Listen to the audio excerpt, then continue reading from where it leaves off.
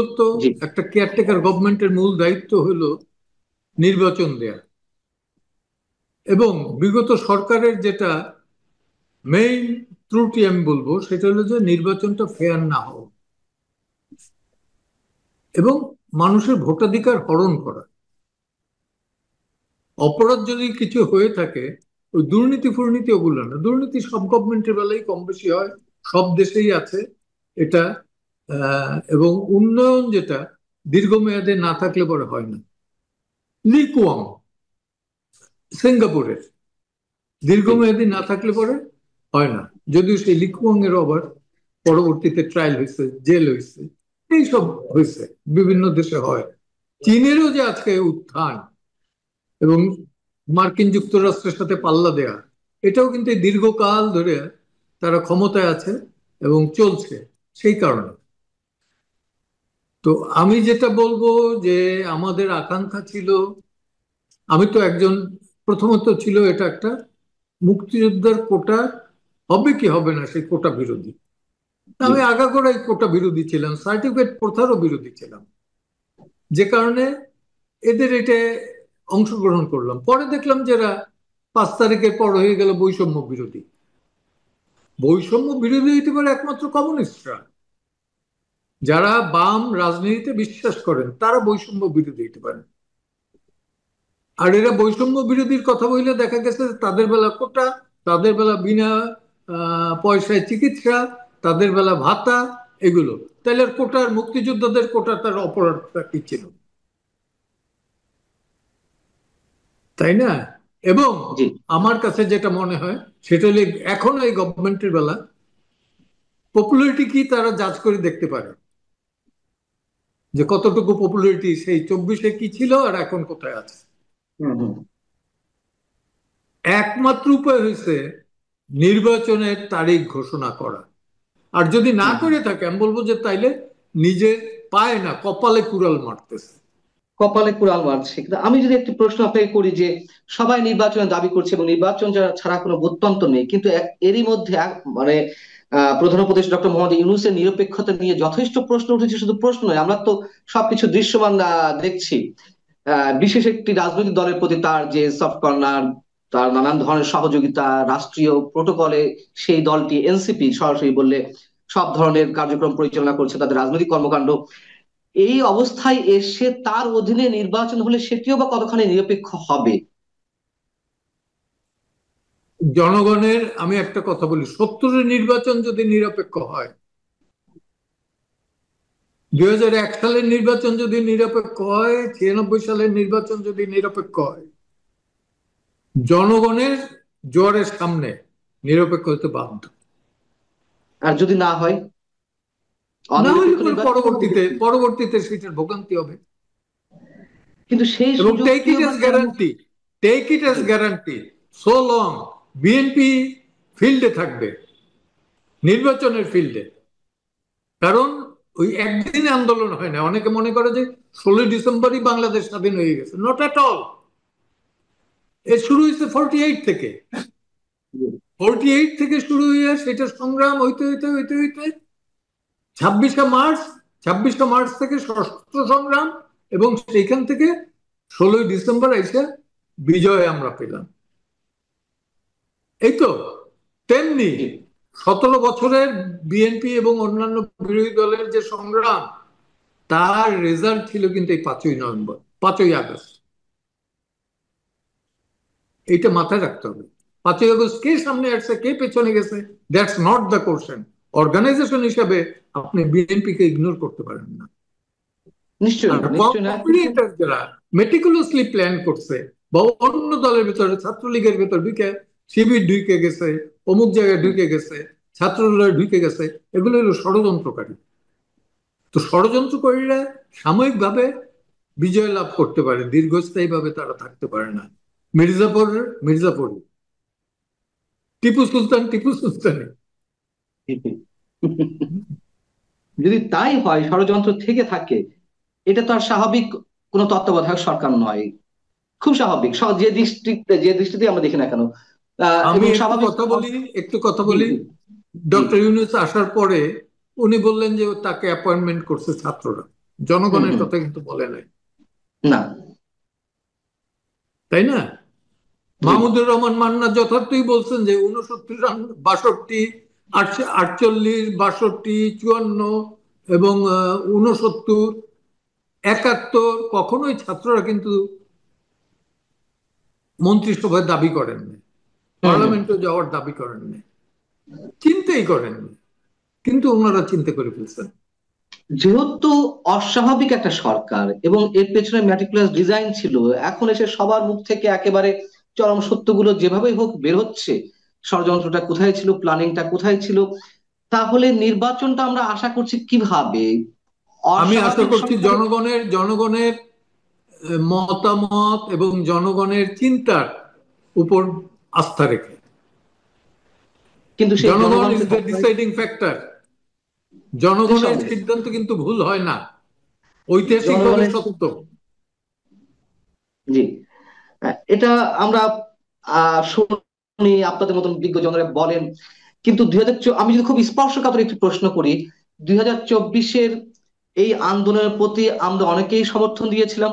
Senior citizen হিসেবে আপনিও সমর্থন দিয়েছিলেন। ইভেন এই সরকারের যারা উপদেষ্টা পরিষদে ছিল ছাত্রদের মধ্যে, বা উপদেষ্টা পরিষদের বাইরে, এই যে সার্জিস আলম, হাসনাত আব্দুল্লাহ, নাহিদ ইসলাম, তাদের 6 জনকে যখন ডিবি কার্যালয়ে আটক করা হয়েছিল, আপনি প্রথম প্রতিবাদ জানিয়েছিলেন, রাজপথে নেমেছিলেন, এবং শেখ হাসিনা সরকারের পতনটা আরো অনেকের মতো আপনিও চেয়েছিলেন।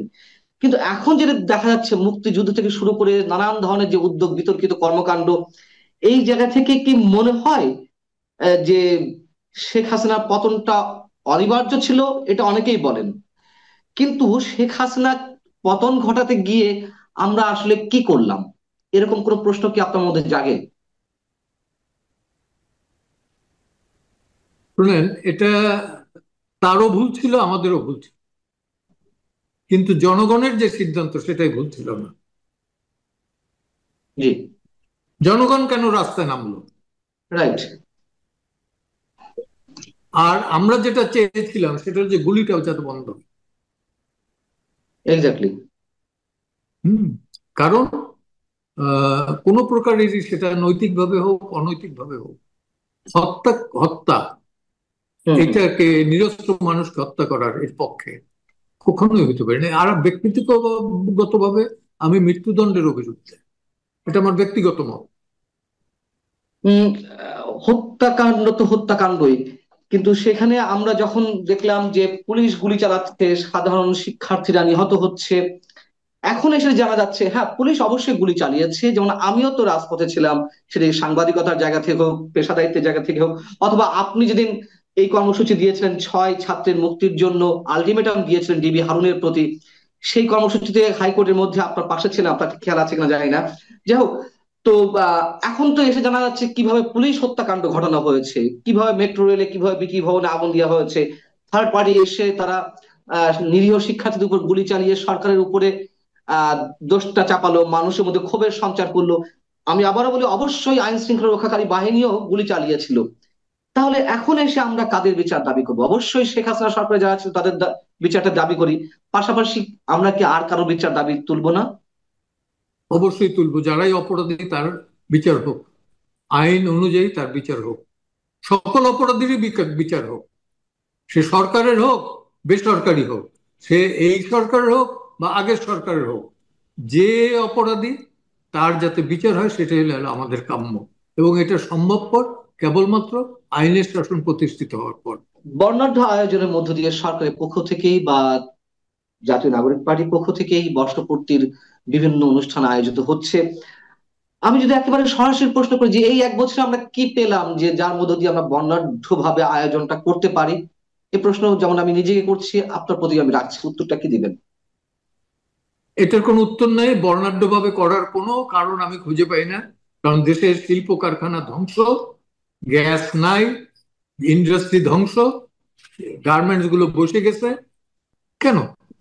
এই যে মবের নামে যে ভায়োলেন্সটা হচ্ছে, জি। এটারে সরকার দিচ্ছে কি, এটা একটা প্রেশার, প্রেশার গ্রুপ। এটা যখন বুমেরাং হয়ে যাবে তখন তারা কোথায় কি তখন বলবে। বুমেরাং হওয়ার কি সম্ভাবনা আছে? অবশ্যই আছে। আমি একটা উদাহরণ দিই, 2003 সালে 4 সালে বোধহয় র্যাব হইল। র্যাব হওয়ার পর 5 সালেই আমরা একটা আহ, বের করলাম সেখানে, যে র্যাব না রাষ্ট্রীয় সন্ত্রাস, একটা পুস্তিকা, যে 1 বছর ভেতর কতগুলো হয়েছে।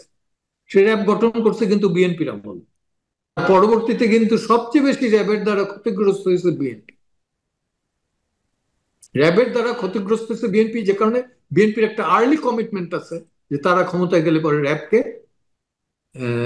বিলুপ্ত ঘোষণা করবে।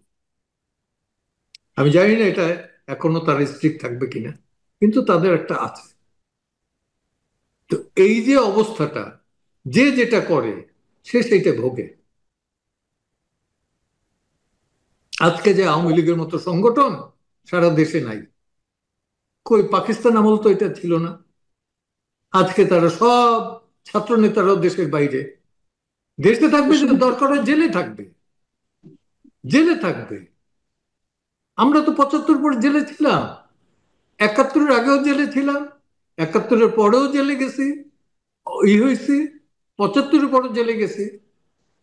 তাতে কি 92-তে গণ আদালত করতে গিয়ে ওয়ারেন্টি সইছে জানার ইমাম সহ 24 জনের। হ্যাঁ, তখন আসিফ নজরুলেরও ওয়ারেন্টি সইছে। তো সে ভুলে গেছে, হয়তো ভুলে যায় না, আমার মনে হয় না। তো আমি শুরু যেটা মনে করি যে এই অবস্থা তাদের থাকবে না। একটা ওই দেই যে, আমার কথা না, এক অধ্যাপকের কথা। সে বলছে যে আমাদের মিউজিশিয়ান বা এই থিওরিশিয়ান ডক্টর ইউনুস, উনি 3-0 কথা বলেন। তার মধ্যে একটা বলেন যে ঋণ পাওয়াটা হয়েছে মানুষের জন্মগত মানবাধিকার। আর আমরা জানি যে ঋণ মুক্ত হওয়া হচ্ছে প্রত্যেকটা মানুষের মানবাধিকার। উনি ঋণগ্রস্ত করতে চান সমগ্র জাতিকেই, আর আমরা চাই ঋণ মুক্ত করতে সমস্ত জাতিকে, সমস্ত মানুষকে। এখানে হলো পার্থক্য। চমৎকার একটা উদাহরণ, চমৎকার একটা উদাহরণ। আহ আওয়ামী লীগ অবশ্যই নানান ধরনের অপকর্ম করেছে এবং তারা নিজেরাই যেভাবে হোক পালাতে হয়েছে বা দেশ ছেড়েছে, যেভাবে হোক দেশে নেই। আপনার কি মনে হয় যে আওয়ামী লীগ খুব শিগগিরই ব্যাক করবে? আমি তো জ্যোতিষ না, তবে আমি যেটা দেখছি যে 75-এর পর কিন্তু আওয়ামী লীগের এই নেতারা, জাহাঙ্গীর কবির নানক, তারপর জাহাঙ্গীর, এই ফজলুর রহমান, এরা কিন্তু দেশে থেকেই আন্দোলন করছেন। 75-এর 15ই আগস্টের পর তার থেকে তো বড় ডিজাস্টার এটা না। রাইট। তো তখন যদি তারা দেশে থেকে এই এটা করতে পারে, এখন কেন পারবে না? এখন কেন? দরকারে জেলের ভেতরে যেত, ট্রায়াল ফেস করতো, তাই না? তা না, তারা চলে গেছে। কিন্তু 5ই আগস্ট যে অবস্থা ছিল, যে বিক্ষুব্ধ ছাত্র জনতার একটা অংশের যে মোটিভ, বিক্ষুব্ধ বা তাদের যে একটা গ্রুপের, বিক্ষুব্ধ না, একটা গ্রুপের একটা ছিল, সেই গ্রুপের থেকে আওয়ামী লীগের স্ট্রেংথ বেশি ছিল না? সমর্থন বেশি ছিল না? কিন্তু তারা তো ছিল। তারা মানসিকভাবে কেন দুর্বল ছিল। হারালো? কেন হারালো? এটা তো তাদের অ্যানালাইসিস করতে হবে, রাইট। উপলব্ধি করতে হবে। কিন্তু তা তো হচ্ছে না। মুক্তিযুদ্ধের বিভিন্ন বিষয় নিয়ে যা কিছু ঘটছে, মুক্তিযুদ্ধ স্মৃতিচিহ্ন থেকে শুরু করে নানান ধরনের ভাস্কর্য 32 নম্বর গুড়িয়ে দেওয়া বুলডোজার দিয়ে, এবং মুক্তিযুদ্ধের সংজ্ঞাও তারা নির্ধারণ করছে। সংবিধানে সেকেন্ড রিপাবলিক অন্তর্ভুক্তির কথা বলা হচ্ছে, দাবি জানানো হচ্ছে। এই সবকিছু মিলিয়ে আপনার প্রতিক্রিয়া আমরা বিভিন্ন সময় শুনছি বিভিন্ন জায়গাতে। তারপর যদি আবার একটু আজকের দিনে বলতেন, বর্ষপূর্তিতে। আমি বলবো যে এগুলো সব পাগলের প্রলাপ। পাগলে আছে না রাস্তায়, আমরা অনেক সময় উপভোগ করি জি। পাগলের পাগলামে, সেরকম উপভোগ করতেছি, নাথিং এলস। শুধু উপভোগ ঘাবড়াবার করছে কিছু নাকি নাই। সরকার জায়গাতেও আছে? জি। শুধুই উপভোগ করছি নাকি আতঙ্ক এবং শঙ্কার জায়গাটিও রয়েছে? আতঙ্কের জায়গাটা এখন আর নাই, কারণ আমার বয়স তো 78 চলতেছে। তো সেই জায়গায় আমি বেঁচে আছি, এইটাই আল্লাহর কাছে অনেক শুক্রিয়া। আল্লাহ তাআলা আমাকে বোধহয় আরো কিছু কর্তব্য দিয়ে দিচ্ছেন, যে কারণে বাঁচাই রাখছেন। সেই কর্তব্য পালনের জন্যই বোধহয় বেঁচে আছি। দেশমাতৃকার কল্যাণ, মানুষের কল্যাণ, যতটুকু পারি। অনেকের চোখে কল্যাণ, অনেকের চোখে তারে আমাকে যাতা গালিগালাজ করে, তো করুক, এটা আমি তোয়াক্কা করি না। আমি যদি মনে করি আমার বিবেক ন্যায়ের পথে আছে, আমি যদি মনে করি আমি দেশপ্রেমিকের পথে আছি, তাহলে পরে আমি সেটাই। আমি আওয়ামী লীগের দলের না, হুম। কখনোই। আমি 72-এর পরে আওয়ামী লীগ করি নাই। কিন্তু বঙ্গবন্ধুর প্রতি একটা শ্রদ্ধা আছে জাতির জনক, মাওলানা ভাসানীর প্রতি একটা শ্রদ্ধা আছে, শেরে বাংলার প্রতি অসংখ্য শ্রদ্ধা আছে। এই শ্রদ্ধা তো আপনি আমার জোর করে নিতে পারবেন না, তাই এখন না? যা কিছু ঘটছে এর শেষটা কোথায়? আপনি হয়তো আশাবাদিতার কথা বলবেন, কিন্তু আমি বলবো যে ক্রমান্বয়ে এটা আমরা দেখছি আবারও মুক্তিযুদ্ধের চেতনার ভেতর থেকে বিকশিতই হবে, সেই কিন্তু স্বপ্নই আমি দেখি। এত সমালোচনার পরেও, এত বাধার পরেও তো ডক্টর মোহাম্মদ ইউনূস এসব জায়গা থেকে থেমে নেই। তার সরকার যা ইচ্ছা তাই কামাল করছে, একটা পর একটা চার করছে। তুরস্কে কামাল আতাতুর্কের দলকে হারিয়ে ক্ষমতায় আসতে কিন্তু এরদোয়ান। হুম। কিন্তু সে একটা সময় চিন্তায় ছিল যে এরদোয়ানের চিন্তা চিন্তা চেতনায় যেটা ছিল যে খলিফা হবে এবং খেলাফতকে আবার নিয়ে আসবেন উনি। এবং কামাল আতাতুর্ককে উনি নাস্তিক টাস্তিক বইলে টইলে চেষ্টা করছিলেন। পরবর্তীতে কিন্তু দেখা গেছে যে আঙ্কারার মেয়র হয়ে গেছেন কামাল আতাতুর্কের দলের, জি। যেটা আগে ছিলেন এরদোয়ান। এই যে পরিবর্তন, মানুষ কিন্তু পরিবর্তন একটা চায়, কিন্তু মূল পরিবর্তন চায় না। আমি যেরকম আমার জাতিসত্তাকে বিসর্জন দিতে পারি না, তেমনি আমার ধর্মকেও বিসর্জন দিতে পারি না। জি। এটা কিন্তু পাশাপাশি। তেমনি একটা হিন্দুও তার হিন্দুত্ব বিসর্জন দেবে না, আবার বাঙালিত্বও বিসর্জন দেবে না। অতএব এখানে আমার মিলটা কোথায়? মিলটা হলো জাতিসত্তা। অতএব, এবং বাংলাদেশ হলো একটা ব্যতিক্রমী দেশ, যেটা গণতন্ত্র এবং অসাম্প্রদায়িক একটা রাষ্ট্র গঠনের জন্য 9 মাস লড়াই করছে, 30 লক্ষ মানুষ আত্মাহুতি দিচ্ছে, 2 লক্ষ মানুষ মা বোন তার ইজ্জত পেয়েছে। এটা একটা ব্যতিক্রমী রাষ্ট্র। এই রাষ্ট্রকে এত সহজে ভুলানো যাবে না। বিপথে পরিচালিত করার চেষ্টা করতে পারে, চেষ্টা বিভিন্ন জায়গায়। আজকে পাকিস্তানের বেলুচিস্তানের মতো জায়গায় একজন মহিলা নেতৃত্ব দিচ্ছে, ডক্টর মাহেরান জি। স্বাধীনতার নেতৃত্ব দিচ্ছে। যে বেলুচিস্তান বলা যায় যে এক রকমের কট্টর সুন্নি মুসলমানদের দেশ, সেইখানে কিন্তু মাহেরান লক্ষ লক্ষ মানুষের সামনে দাঁড়িয়ে বলছে যে আমরা বালুচ, আমরা বাঙালি না, আমরা শহীদদের অমর্যাদা করব না। বাঙালিরা আমরা যে শহীদদের অমর্যাদা করেছি, সেটা কিন্তু মাহেরান পর্যন্ত, বালুচিস্তান পর্যন্ত গেছে। সরকারের অন্যতম উপদেষ্টা, তথ্য এবং সম্প্রচার বিষয়ক উপদেষ্টা, ছাত্র প্রতিনিধি হিসেবে যিনি আছেন, মাহফুজ আলম, তিনি আহ এই বর্ষপূর্তির ঠিক পূর্বক্ষণে মন্তব্য করেছেন যে আরেকটি 111-এর গন্ধ পাওয়া যাচ্ছে। তেমন কিছু ঘটার সম্ভাবনা রয়েছে, অথবা সরকার কি নিজেই কোনো আতঙ্কের মধ্যে রয়েছে? এইটা আমি বলতে পারি না, কারণ তারা কি আতঙ্কে আছে না উৎসবে আছে, এটা তারা জানে। হ্যাঁ, এবং এটা তো একটা থ্রেড দিচ্ছেন বেসিক্যালি, আমার মনে হয় সেনাবাহিনীকে, যে তারা বোধহয় ক্ষমতা দখল করবে। ওয়ানের লেভেল মানে কি, যে সেনাবাহিনী ক্ষমতা দখল করবে, এটা তো। তো আমি বলবো যে জনগণ তো এটা চাচ্ছে। এটা যদি 8 তারিখে বা 5 তারিখে সেনাবাহিনী দখল করতো, জনগণ কি খুব একটা অখুশি হইতো? জেনারেল ডক্টর ইউনূস তো বলছে যে আমাকে ছাত্ররা আমন্ত্রণ জানাইছে। আর ওয়াকারুজ্জামান যত কিছুই হোক, যত সমালোচনাই করি, সে তো ক্ষমতা নেয় নাই। রাইট। এটা তো অ্যাপ্রিসিয়েট করতে হবে তাকে।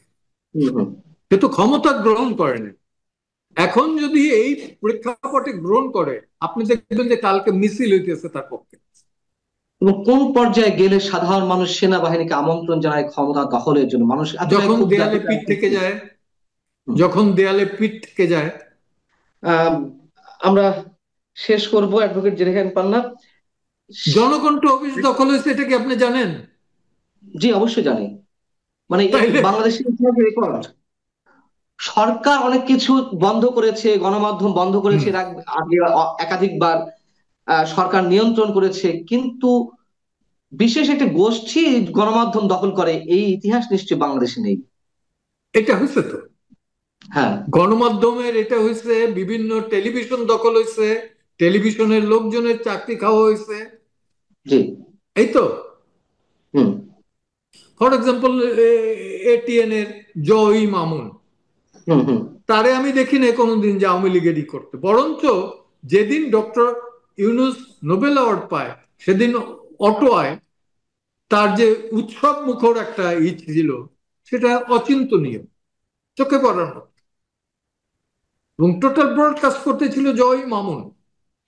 সেও বা, সে নাকি আওয়ামী লীগের দোষ। তো এটা কি ফ্যাসিস্টের দোষ? তো এরা, এদের কাছে ফ্যাসিস্ট কে, আর নাজি কে, আর কমিউনিস্ট কে, আর ক্যাপিটালিস্ট কে, এই ধারণাটা নাই। আপনার শেষ মন্তব্য যে আমরা কোথায় যাচ্ছি, আপনি তো সবসময় আমরা আশাবাদের আমরা কথা শুনেন। শুনেন, এর চেয়ে আর খারাপের জায়গা নাই। এরপরে আচ্ছা, আমাদের ভালোই হবে। অমাবস্যার পরে পূর্ণিমা আসবেই। যদি সেই অমাবস্যা দীর্ঘায়িত হয়। একবারের বেশি দুইবার হইতে পারে, তিনবার হবে না। টেক ইট আচ্ছা। As guarantee. প্রকৃতির নিয়ম হয়েছে, অমাবস্যার পরে হয়তো আমি দেখতে পাবো না, কিন্তু কোথাও না অবশ্যই কোথাও দেখতে পূর্ণিমা পারবেন, আসবে। অবশ্যই দেখতে পারবেন, আমরা সেই আশাবাদ ব্যক্ত হুম। করতেই পারি, যেমন আপনি বিভিন্ন ক্ষেত্রে আশাবাদিতার কথা বলছেন। এবং সবচেয়ে শেষে একটা ছোট্ট প্রশ্ন, যেমন আপনি বললেন ছাত্ররা কখনো ক্ষমতা দখল করেনি, ছাত্ররা পার্লামেন্টে যাওয়ার চেষ্টা করেনি, যারা বিভিন্ন সময় গণ অভ্যুত্থান ঘটিয়েছে, নানান ধরনের গণতান্ত্রিক আন্দোলন করেছে, এই ছাত্রদের একটি অংশ তেমনটাই করছে, পাশাপাশি তারা গণ অভ্যুত্থানের স্বীকৃতি চাই, সোকল্ড বিপ্লবের স্বীকৃতি চাই। কেন এই স্বীকৃতি তাদের খুব প্রয়োজন? হোয়াট ইজ দ্য বিপ্লব অ্যান্ড রেভলিউশনের অর্থ কি আর এই কি? আমি কথিত বিপ্লব বলেছি, তবে একটা অভ্যুত্থান হয়েছে, আমি অভ্যুত্থানকে অভ্যুত্থানই বলতে চাই। আমি হতে পারে সোকল্ড গণ বিপ্লব অভ্যুত্থান বলেছি। হইতে পারে, গণ আন্দোলন হইতে পারে। জি। এ নিয়েও তোপের মুখে, হুম। জনগণের রোষের মুখে উনি গেছেন।